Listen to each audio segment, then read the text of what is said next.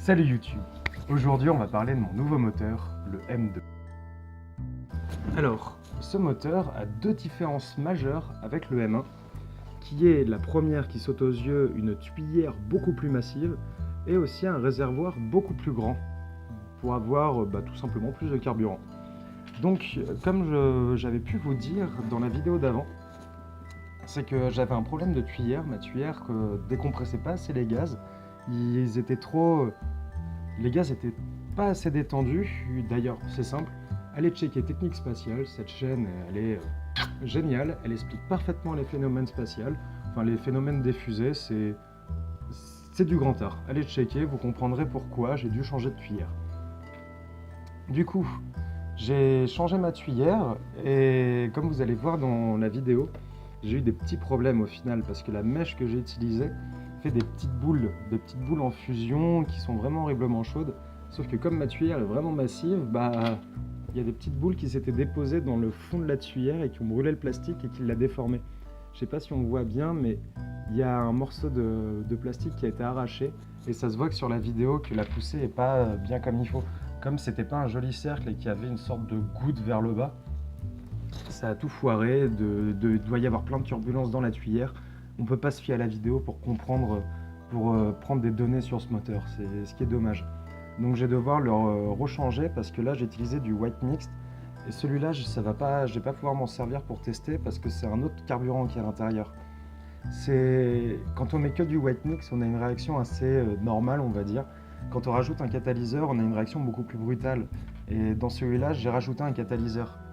En fait, le catalyseur utilisé, c'est de l'oxyde de fer. D'ailleurs, que j'ai chopé sur ma table. D'ailleurs, voilà la table où j'ai récupéré mon oxyde de fer. On peut voir là où j'ai gratté. C'est du fait maison. C'est une table faite maison. Donc, j'ai rajouté ce catalyseur, sauf que j'ai peur que la réaction soit trop violente. Parce que je sais pas si on va le voir, mais sur ce moteur-là qui a brûlé, juste ici, il y a une sorte de bulle qui s'est formée. Parce que la chaleur et la pression étaient trop grandes à l'intérieur, et ça a commencé à déformer le plastique. Sauf que s'il y a une faille qui arrive sur le réservoir, ça peut exploser, ce qui est pas... On se le dit clairement, c'est pas ce qu'on souhaite. Du coup, celui-là, je vais devoir le tester dans des conditions différentes de celles que j'utilise habituellement, parce que dans mon truc confiné, où j'ai des endroits prévus pour mettre mes caméras, tout ça, ça risque de tout flinguer. Donc je préfère faire ça en extérieur, dans de nouvelles conditions. Et je suis en train de réfléchir à de nouvelles conditions pour pouvoir tester mes moteurs beaucoup plus gros. Parce qu'eux aussi, ils passent pas dans mon banc d'essai. C'est nouveau moteur, je vous en parlerai plus tard, c'est le V1. V pour vélocité. D'ailleurs, je vous parlerai des carburants utilisés et on fera différents tests avec différents types de carburants parce que comme je vous ai dit, on a le white mixed, réaction normale, avec un catalyseur pour avoir une réaction plus rapide. Et j'ai oublié le nom du dernier produit, c'est pour avoir une réaction plus lente.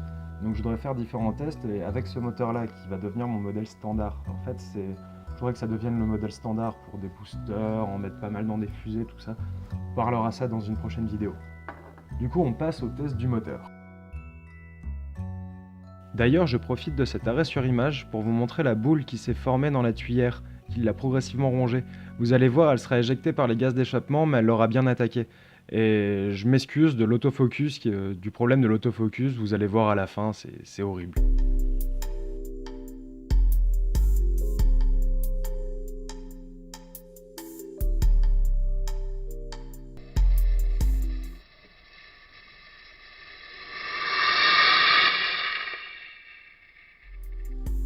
Donc comme vous avez pu voir, il y a bien eu une petite boule qui s'est formée et qui a flingué l'expérience.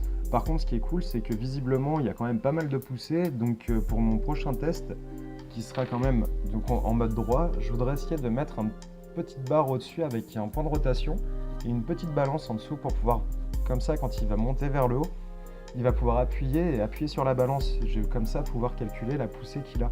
Enfin, la voir directement sur la balance, quoi. C'est parce que ce serait quand même intéressant de savoir combien il pousse. Je voulais m'excuser pour le temps de sortie de la vidéo parce qu'au final le moteur, je l'ai testé il y a 2-3 semaines au final. Et j'ai pu tourner que maintenant car j'ai dû partir en Allemagne pour le travail. C'était à Ceramitech, ça s'est passé pendant une semaine. C'était absolument génial, d'ailleurs tenez, voilà des photos. Comme vous pouvez voir, j'ai dû ramener 2 robots. Donc on s'est baladé avec mon patron sur tout le salon, 1/10 de tout le salon parce que c'est quelque chose d'immense. On s'est baladé avec les 2 robots pour faire de la pub à celui qui nous avait sous-traité. C'est pour ça que je tourne les vidéos que maintenant. D'ailleurs, petite dernière nouvelle sur ce qui se passe dans mes expériences de fusée, on a bientôt fini la base de lancement de la fusée. S'il te plaît, sors de là. Hop. Comme on peut voir, c'est pas encore fini d'être collé. Il faut que je colle encore cette partie-là.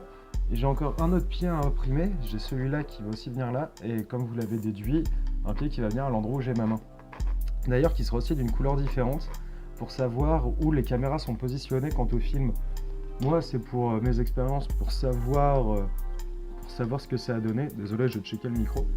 C'est pour savoir ce que ça a donné et surtout pour vous, pour savoir à peu près où les caméras étaient placées. C'est quand même sympa, quoi. On arrive mieux à se rendre compte. D'ailleurs, ça va faire une jolie base de lancement avec hop et juste l'espace qu'il faut, qui convient, parce que c'est fait en 3D. L'espace qui convient pour le début d'éjection des gaz, puis après, bon, comme ça part, c'est parti, quoi. Je crois que c'était les dernières nouvelles que j'avais à vous transmettre. On fera une prochaine vidéo pour parler du carburant. Parce qu'il faut absolument que je vous en parle, parce que je me rends compte, je vous en ai toujours pas parlé. Alors que c'est un sujet vraiment intéressant, on peut faire ça chez soi, avec 3 fois rien. Bon. Par contre, si vous êtes un mineur, faites ça avec un adulte, c'est obligatoire parce que c'est vraiment dangereux. Et si vous êtes un adulte, vous faites ça avec précaution parce que c'est vraiment dangereux. Par exemple, on serait tenté par exemple de mettre un petit tas là-dedans pour pouvoir voir ce que ça donne. Sauf que c'est une connerie parce que ça va trouer le métal, parce que c'est du métal mais pas assez épais. Ça chauffe vraiment. Cette réaction, normalement, elle monte à 2200 degrés, à l'endroit où il y a vraiment la flamme. Bon, après, ça perd de l'énergie par rayonnement. Mais c'est à 2200 degrés, c'est vraiment chaud, donc vous faites ça sur du bois, ça peut vous trouer le bois. Je sais que mon banc d'essai est en bois, mais je fais ça avec précaution. Si j'ai un extincteur à côté, j'ai de quoi pouvoir éteindre, je fais pas comme ça à la one again. Donc vraiment, faites ça avec précaution. Sinon, c'est que du plaisir à côté de ça, c'est impressionnant et c'est cool de faire des fusées, franchement. Parce qu'il faut savoir que comme ce moteur-là risque d'exploser, je prépare maintenant un banc d'essai en extérieur, à un endroit vraiment à la cool où les moteurs peuvent exploser, sans rien blesser, en étant tranquille, quoi, en faisant ça dans les conditions optimum. Je suis en train de préparer une séance d'essai où il y aura aussi le V1. Et donc je vous prépare une belle vidéo où il y aura beaucoup de moteurs qui brûlent, quelque chose de sympa, quoi. Du coup, je vous dis à la prochaine. Salut YouTube.